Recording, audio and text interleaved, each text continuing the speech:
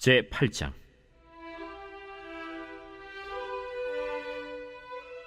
이에 솔로몬이 여호와의 언약궤를 다윗성 곧 시온에서 메어 올리고자 하여 이스라엘 장로와 모든 지파의 우두머리 곧 이스라엘 자손의 족장들을 예루살렘에 있는 자기에게로 소집하니 이스라엘 모든 사람이 다 에다님월 곧 7째 달 절기에 솔로몬 왕에게 모이고 이스라엘 장로들이 다 이름에 제사장들이 궤를 매니라. 여호와의 궤와 회막과 성막 안의 모든 거룩한 기구들을 메고 올라가되 제사장과 레위 사람이 그것들을 메고 올라가매 솔로몬 왕과 그 앞에 모인 이스라엘 회중이 그와 함께 그 궤 앞에 있어 양과 소로 제사를 지냈으니 그 수가 많아 기록할 수도 없고 셀 수도 없었더라. 제사장들이 여호와의 언약궤를 자기의 처소로 메어드렸으니 곧 성전의 내소인 지성소 그룹들의 날개 아래라. 그룹들이 그 궤 처소 위에서 날개를 펴서 궤와 그 채를 덮었는데 채가 길므로 채 끝이 내소 앞 성소에서 보이나 밖에서는 보이지 아니하며 그 채는 오늘까지 그곳에 있으며 그 궤 안에는 두 돌판 외에 아무것도 없으니 이것은 이스라엘 자손이 애굽 땅에서 나온 후 여호와께서 저희와 언약을 맺으실 때 모세가 호렙에서 그 안에 넣은 것이더라. 제사장이 성소에서 나올 때 구름이 여호와의 성전에 가득하매 제사장이 그 구름으로 말미암아 능히 서서 섬기지 못하였으니 이는 여호와의 영광이 여호와의 성전에 가득함이었더라.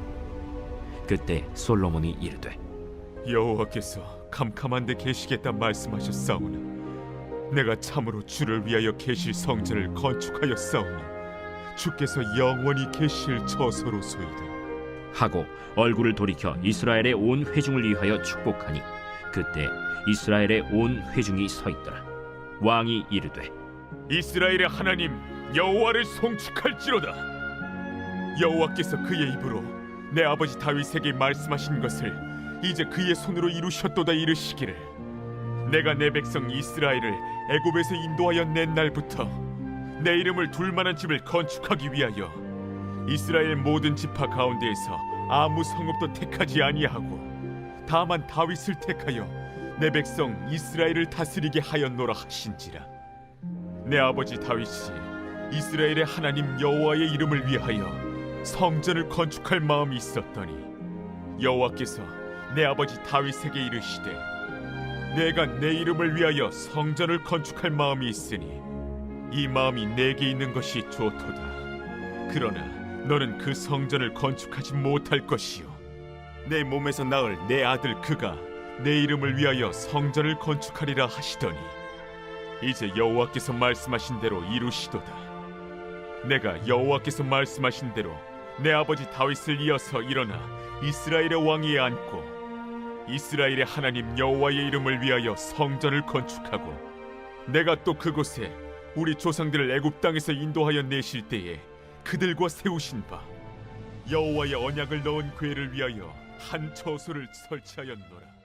솔로몬이 여호와의 열왕기상 8장 1절에서 21절까지의 말씀을 중심으로 하나님의 임재를 체험하면 이라는 제목으로 함께 말씀을 묵상해 보겠습니다.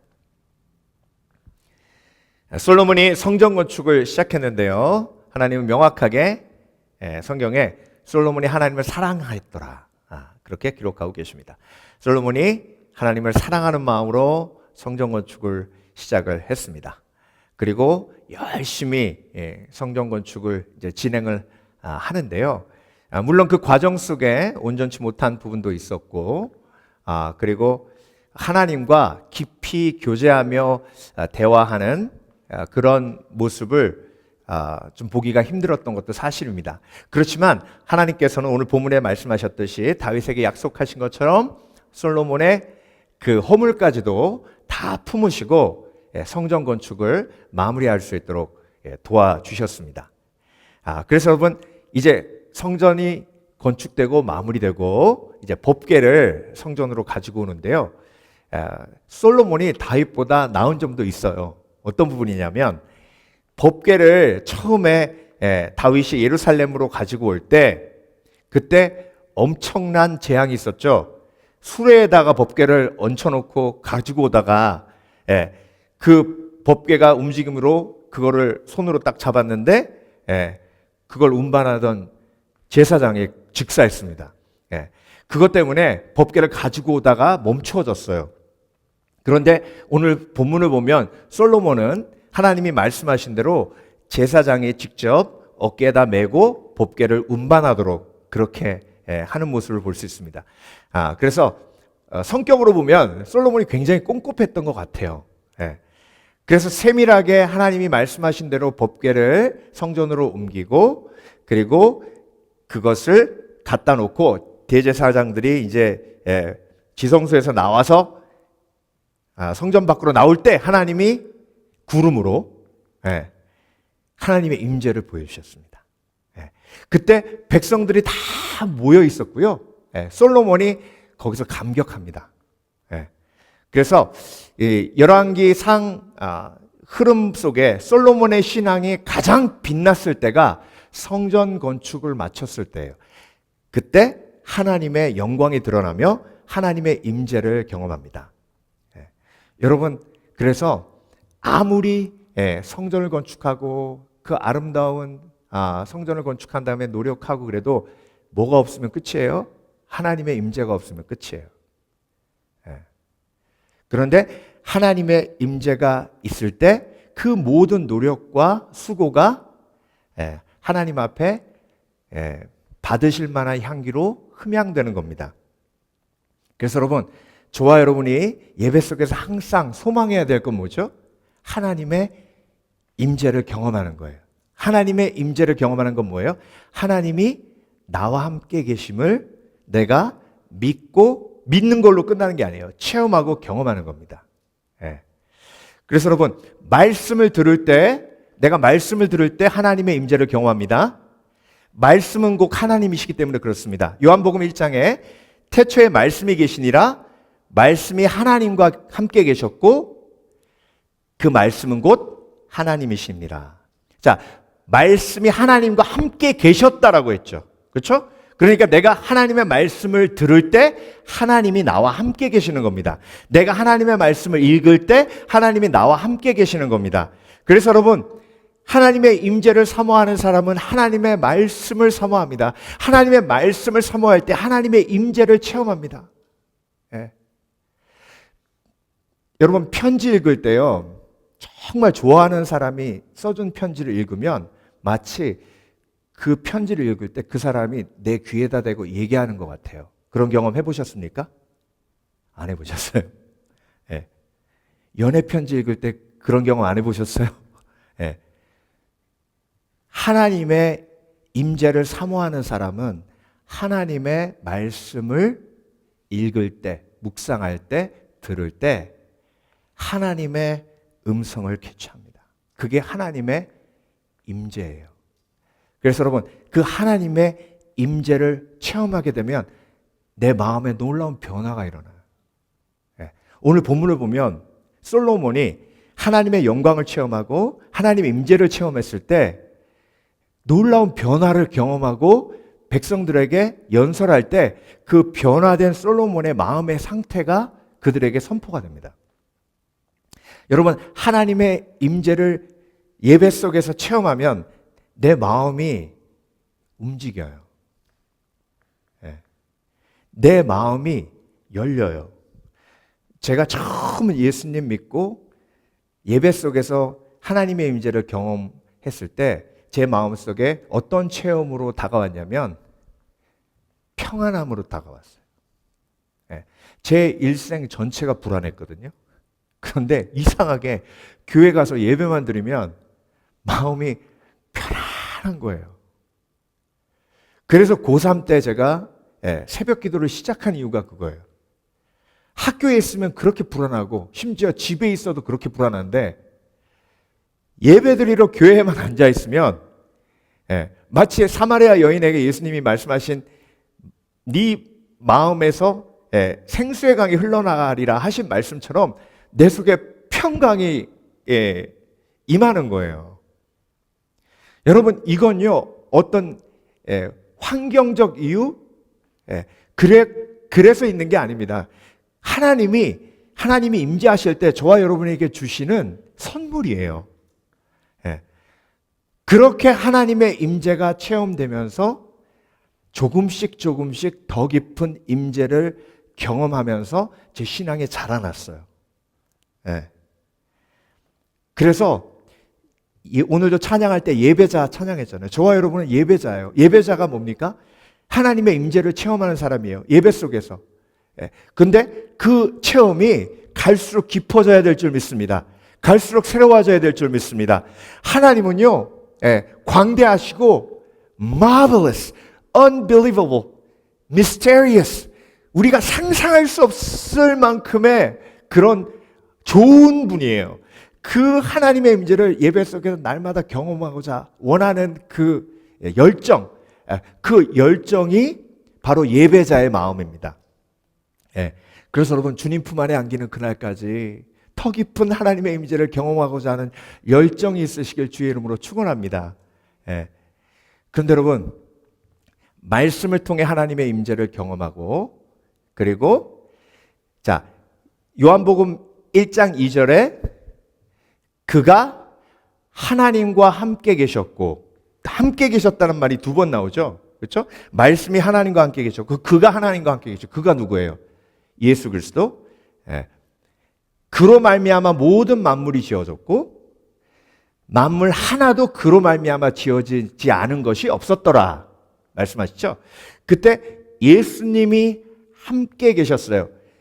예수님이 내 속에 함께 계시는 걸 체험하고 경험하는 것, 그것이 하나님의 임재를 경험하는 겁니다. 예. 자, 오늘 성전에 하나님의 임재가 임했죠.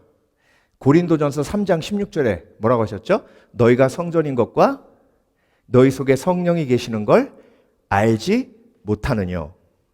그 다음에 3장 17절에 뭐라고 하시냐면 성전을 더럽히는 자마다 멸절되리니. 예. 성전을 더럽히는 자마다 멸절되리니. 성전을 더럽힌다는 건 뭐냐면요, 성령의 감동에, 예, 성령을 회방하는 죄라 그러죠. 성령을 인정하지 않는 죄, 믿지 않는 죄. 그래서 하나님의 임재를 경험하는 삶은요, 결국 성령님의 음성을 체험하는 삶인데요. 우리 속에 몇 가지 음성이 있죠? 세 가지 음성이 있죠. 내 음성, 악한 영의 음성, 그리고 성령의 음성. 요 세 가지 음성을 분별하면서 사는 삶이 하나님의 임재를 체험하는 삶이에요. 자, 그래서 오늘도 여러분 마음속에 이 세 가지 음성이 계속 여러분을, 예, 이렇게도 이끌고 저렇게도 이끌었는데요. 요 세 가지 음성을 분별하고 그 세 가지 음성을 분별하는 그 과정 속에 하나님의 임재 연습이 들어가는 거예요. 여러분은 지금 하나님의 임재 연습을 하고 계십니까? 네. 그러면 날마다 하나님과 동행하는 삶을 누리고 계신 거예요. 그래서 여러분, 오늘 솔로몬이요, 예배를 통해서 하나님의 임재를 체험하고 어떤 마음의 변화가 있었는지를 오늘 묵상해 보면서 하나님의 임재를 매일매일 체험하는 복된 인생 되기 원하는 소원이 우리 속에 가득하기를 원합니다.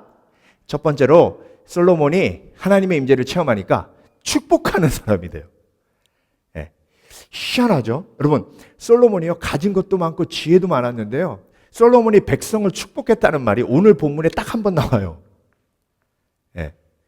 14절, 얼굴을 돌이켜 하나님의 임재를 경험하고, 하나님이 구름으로 임한 것을 솔로몬이 경험하고 얼굴을 돌이켜 이스라엘의 온 회중을 위하여 축복하니 그때 이스라엘의 온 회중이 서 있더라.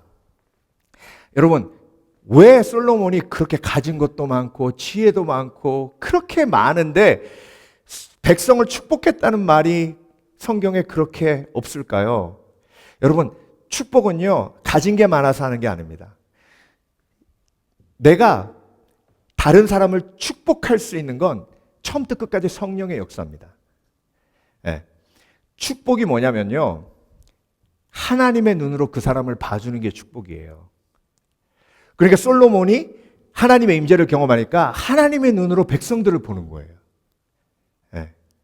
여러분, 다윗이요, 날마다 주와 동행하며 하나님의 임재를 경험하니까 사울을 볼 때 나를 죽이려고 하는 대적으로 안 보고 하나님이 기름 부으신 자로 봤죠. 그 하나님의 기름 부으신 자로 보는 그 눈이 뭐예요? 축복된 눈이에요.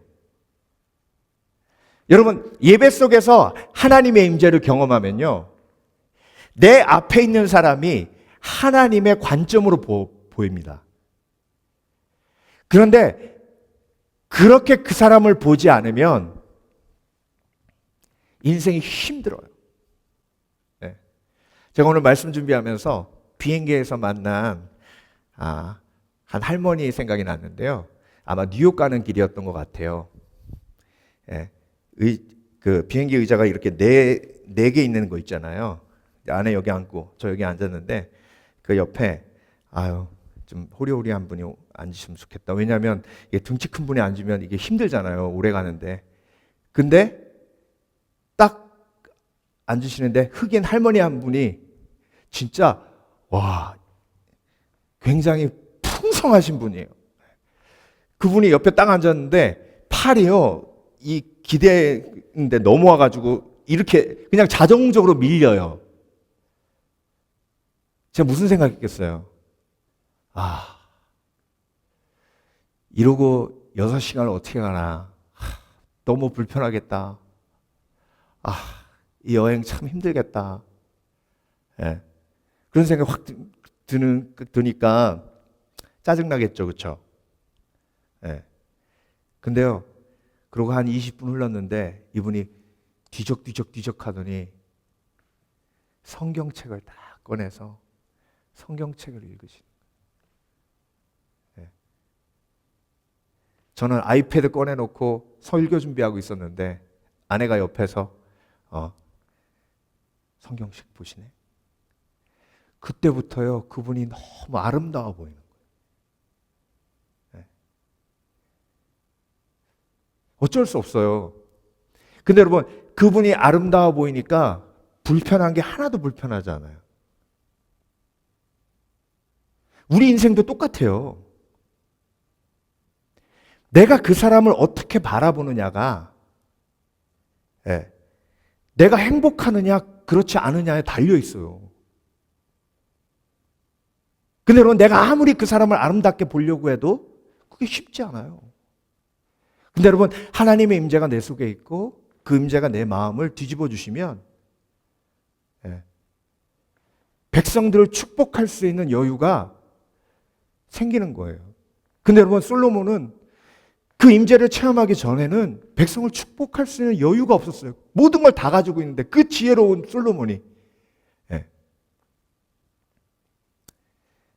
이 축복의 원리가요, 역대하 30장 히스기야 왕이 종교개혁을 하고 온 이스라엘이 하나님의 임재 속에 가득했습니다. 그때 예루살렘에 큰 희락이 있었으니 이스라엘 왕 다윗의 아들 솔로몬 때로부터 이러한 희락이 예루살렘에 없었더라. 그 다음 절, 그때의 제사장들과 레위 사람들이 일어나서 백성을 위하여 축복하였으니 그 소리가 들으신 바 되고 그 기도가 여호와의 거룩한 처소 하늘에 상달하였더라. 여러분, 제사장이, 그렇죠? 레위 사람들이 어떤 부르심을 받은 사람들이에요? 백성들 축복하는 사람들이에요. 그런데 그게 하나님의 임재를 체험하니까 자연스럽게 그 축복이 나가요. 여러분, 내 속에 축복이 흘러나가는 삶이 사랑하는 삶이에요. 그렇게 되려면 노력으로 안 됩니다. 여러분, 자녀들 축복하기 원하시죠? 근데 자녀를 축복하기 원하는데 자녀를 축복하기가 쉽지 않아요. 이게 얼마나 큰 아이러니입니까? 그러면 걔네들은요, 부모님한테 축복 안 받으면 누구한테 축복 받습니까? 그러니까 여러분, 내 속에 있는 죄성이요, 그 축복을 막는 거예요. 성령의 임재가, 예수 그리스도의 임재가 내 속에 임할 때 그 막힌 것이 뚫립니다. 그래서 여러분, 내 속에서 축복이 나아갈 때 내가 축복의 도구가 되는 줄 믿습니다. 그래서 여러분, 하나님의 임재를 날마다 체험하는 복된 그리스도인 되시길 주의 이름으로 축원합니다. 하나님의 임재가 내 속에 임할 때 나는 축복하는 사람이 돼요. 축복하는 사람이 바로 축복받은 사람이에요. 축복하는 사람이 축복을 누리는 사람이에요. 그래서 여러분, 하나님의 임재는 십자가예요. 십자가 지고 예수님 쫓을 때 축복하는 사람이 됩니다. 예수님 십자가 못 박혀 죽으시면서 저들을 용서하여 주시옵소서, 하나님의 눈으로 그들을 바라봅니다. 그래서 여러분, 십자가는 고통과 슬픔 이전의 사랑이에요. 사랑의 십자가를 지고 예수님을 쫓으면 축복하는 사람이 됩니다. 그래서 여러분, 솔로몬이 하나님의 임재를 경험하니 축복하는 사람이 됐어요. 두 번째, 하나님의 임재를 경험하면 하나님의 일하심이 보입니다. 솔로몬이요, 눈이 확 영적인 눈이 띄니까 이제 여호와께서 말씀하신 대로 이루시도다. 하나님이 다윗에게 이렇게 말씀하셨다. 내 아버지 다윗에게 이렇게 말씀하셨다. 다윗아, 네 마음에 성전을 하고자 하는 마음은 내가 기뻐하나 네가 성전을 건축하지 못할 것이다. 그렇지만 너의 아들이 성전을 건축할 것이고 그리고 그것을 내가 기뻐할 것이다. 그렇게 하나님이 약속하셨고 하나님께서 그 약속을 이루셨습니다. 솔로몬이 열심히 했어요. 그리고 최선을 다했었습니다. 그리고 제일 최고의 것으로 만들려고 노력했어요. 그렇지만 하나님의 임재가 임하니 자신의 노력이 뒤로 가고 하나님이 하셨다라는 고백이 나옵니다. 근데 여러분, 하나님이 하셨다라는 고백이 계속되어야 되는데 한 가지 안타까운 건 여러분, 다윗은요 시편에서 날마다라는 말을 많이 썼어요. 그러니까 여러분, 우리도 날마다라는 단어를 많이 써야 됩니다. 날마다 주와 동행하고 날마다 말씀을 묵상하고 날마다 기도하고 날마다 찬양하고. 그런데 솔로몬은 날마다 신앙이 아니에요. 1000번째 신앙이에요. 크게 한번 쫙 드리고 크게 한번 성전 딱 지어가지고 쫙 드리고.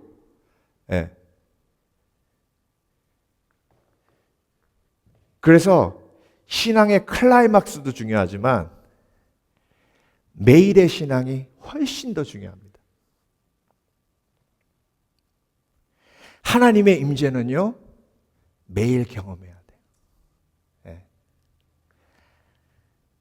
출애굽기 15장을 보면 하나님의 임재하면 제일 먼저 떠오르는 게 오늘 본문에 나오는 구름이죠. 그렇죠? 구름. 광야를 걸을 때 낮에는 구름 기둥으로 밤에는 불 기둥으로 인도하셨죠. 그게 하나님의 임재를 상징하는 것이죠. 그래서 성전 지을 때 솔로몬이 야긴과 보아스 큰 기둥 2개를 세웠잖아요. 그건 이제 구름 기둥, 불 기둥을 상징하는 거죠. 그런데 여러분, 이스라엘 백성들이 홍해를 딱 맞닥뜨렸을 때 그 홍해까지 구름 기둥이 인도했어요. 성경 잘 보세요. 구름 기둥이 홍해로 인도했다고요. 근데 구름 기둥을 따라왔는데, 하나님의 인도하심을 따라왔는데 애국 군대가 뒤에서 쳐들어오고 있어요. 그때 이스라엘 백성들의 반응이 어떤 반응이 있냐면 2가지 반응이에요.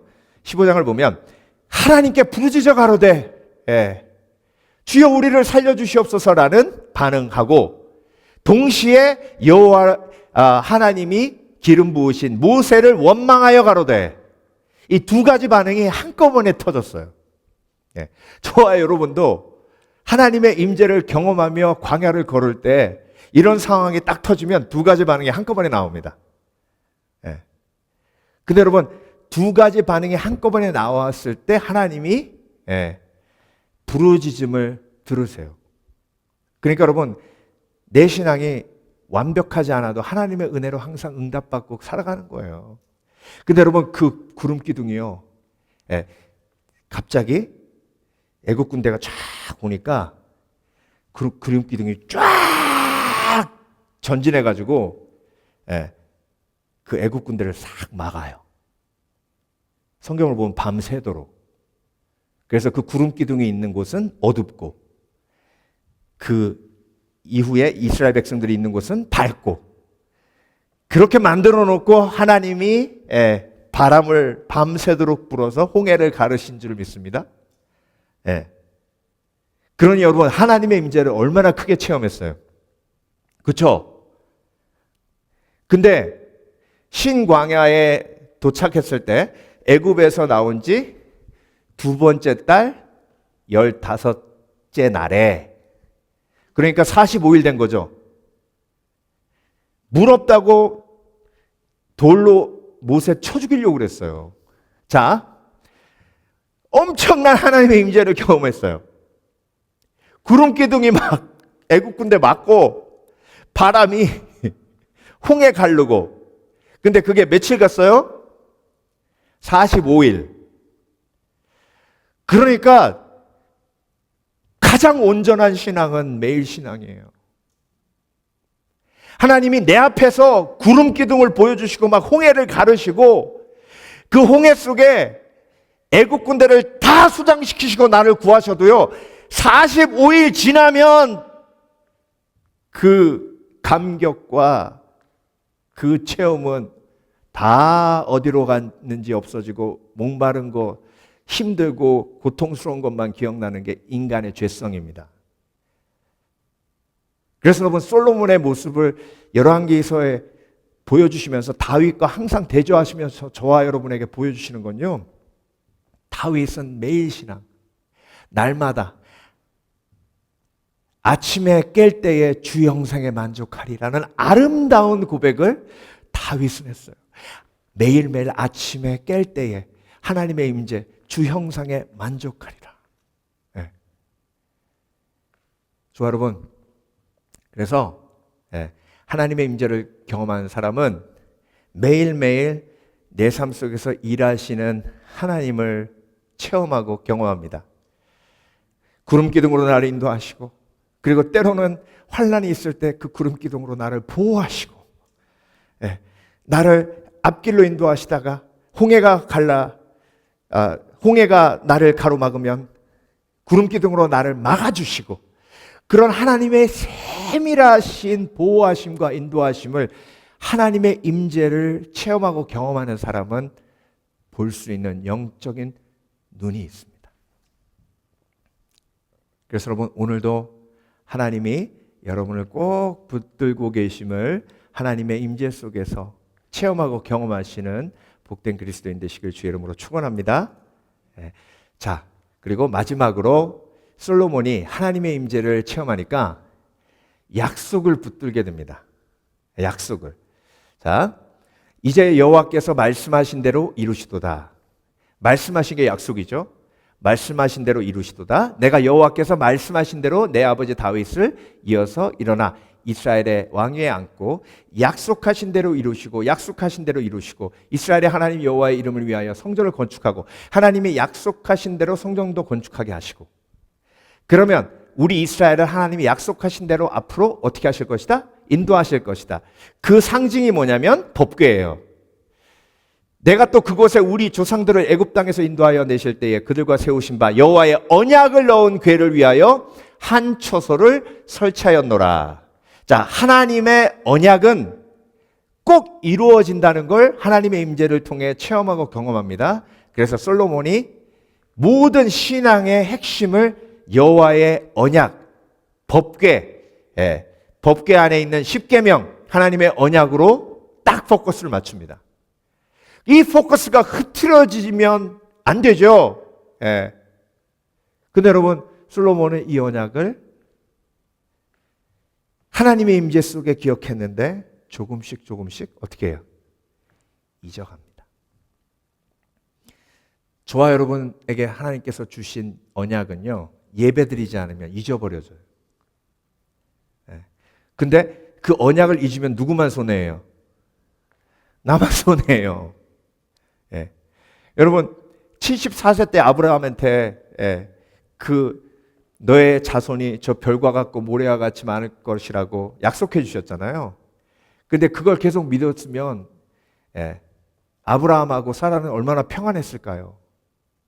그러니까 과정도 평안하고 결과도 평안한 거예요. 근데 그 약속을 잊으니까 이스마엘 취하고 걱정 근심에 빠져서 집안이 아주 너무 힘들었잖아요. 그러니까 그 과정의 축복을 누리려면 뭘 기억해야 돼요? 약속을 기억해야 돼요. 그 약속을 기억하게 만드는 게 뭐예요? 하나님의 임재, 예배. 내가 너를 지명하여 불렀나니 너는 내 것이라. 이 부르심이 여러분의 약속인 줄 믿습니다. 예. 여러분, 이근우 박사님이라고요. 이분이 거의 90 되셨는데, 우리나라 아주 초기에 그 정신 그 병을 다루는 이제 의사세요. 근데 지금까지 환자를 10만 명 봤답니다. 10만 명. 그래서 이분한테 기자가 물어봤어요.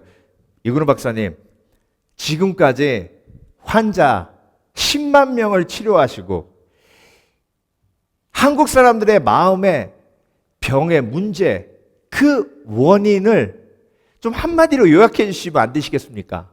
네. 그래서 여러분, 고수는요, 요약이 가능합니다. 제가 그 박사님 얘기 듣고, 고수는 요약이 가능하다. 네. 그분이 뭐라 그러시냐면요. 내가 10만 명 만나서 이렇게 치유해 보니까 그 마음의 병은 한 가지. 네. 말해야 되는데 말 안 하고 가슴 속에 담아둘 때 그게 다 이렇게 꼬이고 저렇게 꼬여가지고 병이 돼. 그러니까 사람은 할 말은 해야 돼. 지혜롭게.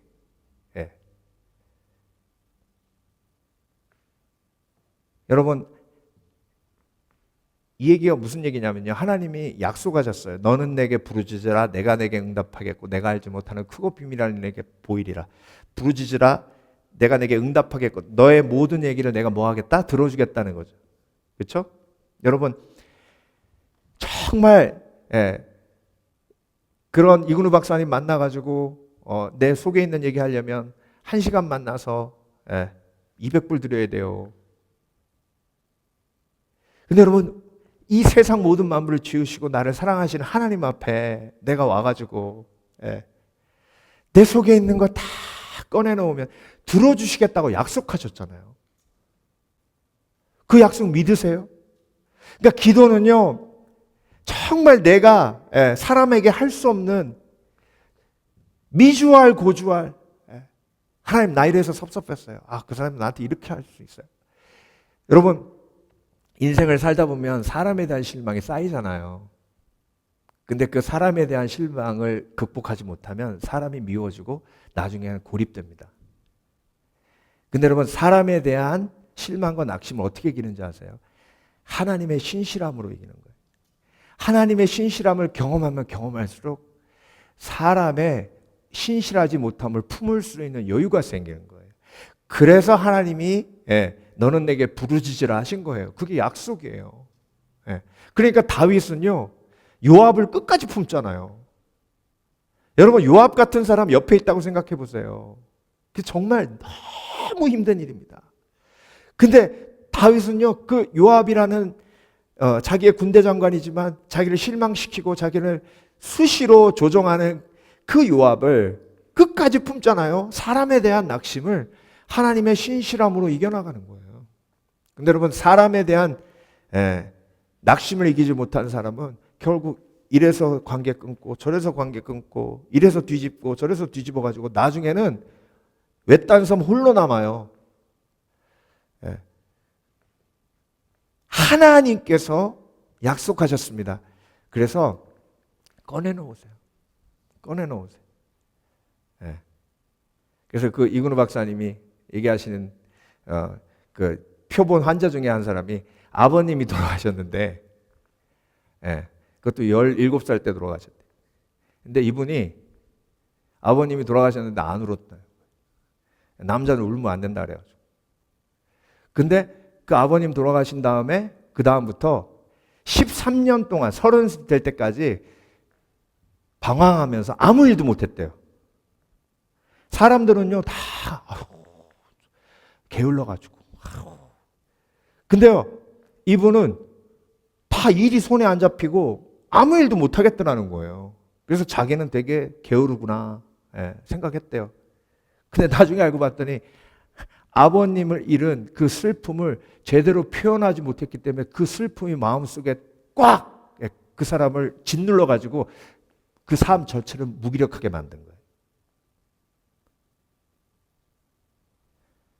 여러분, 프로이드도 그렇게 얘기했어요. 내 마음속에 해결되지 않은 슬픔이 결국은 병리적 현상으로 내 몸을 망가뜨린다고. 네. 이게 하나님의 원리예요. 여러분, 너는 내게 부르시라 하신 하나님의 약속을 믿으시는 복된 그리스도인 되시길 주의 이름으로 축원합니다. 그래서 여러분, 솔로몬이요, 오늘 본문에 나와 있는 것처럼 하나님 앞에 이렇게 다 자기의 마음을 열어서 기쁨을 표현하고 슬픔을 표현할 수 있었다면 솔로몬은 절대로 곁길로 가지 않았습니다. 그런데 여러분, 다윗은요, 시편을 보세요. 처음부터 끝까지 하나님 앞에 모든 것을 다 꺼내어 놓습니다. 하나님의 약속을 믿었기 때문이에요. 하나님이 자기의 음성을 듣고 너는 내게 부르시라, 내가 내게 응답하겠고 내가 알지 못한 크고 비밀을 내게 보이리라 하셨던 것을 믿었기 때문이에요. 내가 사망의 엄침한 골짜기를 다니지라도 해를 두려워하지 않는 것은 주께서 나와 함께 하심이라, 그 약속을 믿었기 때문이에요. 그래서 여러분, 하나님의 임재를 체험하면요, 축복하는 삶이 됩니다. 하나님이 일하심을 볼 수 있게 되어 약속을 붙들게 됩니다. 주님 품 안에 안기는 그날까지 내가 하나님의 더 깊은 임재 속에서 날마다 삶 속에서 하나님을 체험하며 주께 영광 돌리겠다고 결단하시는 복된 그리스도인 되시길 주의 이름으로 축원합니다. 축원합니다. 기도하겠습니다.